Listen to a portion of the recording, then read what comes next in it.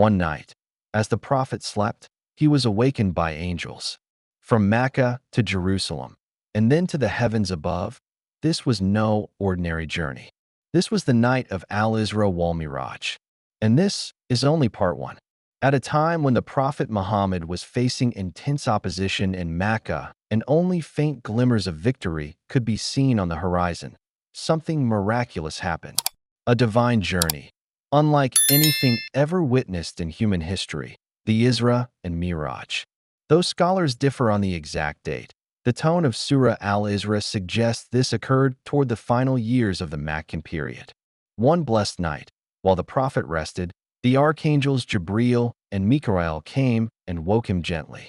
They led him to the sacred mosque in Mecca and brought him to the area between Safa and Marwa, where a heavenly creature awaited. Al-Barak, a radiant beast, larger than a donkey, yet smaller than a mule, with wings on its hind legs.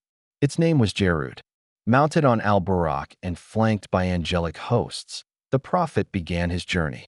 As they passed a grove of date palms, Jibreel said, "This is your future place of migration." The Prophet dismounted and prayed 2 units of prayer. The journey continued to Mount Sinai, where he again prayed, and then to Bethlehem, the birthplace of Jesus. After praying there, they reached Al-Aqsa Mosque in Jerusalem, where a magnificent sight awaited. The mosque was filled with the souls of all past prophets, gathered to welcome the final messenger. The Prophet led them all in prayer. Even Jibreel stood behind him. This was the Isra, the night journey. Then came the Mi'raj, the ascension.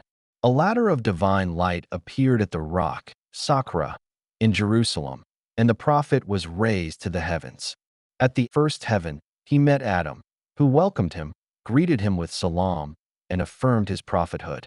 The souls of the blessed and the damned were shown on his right and left.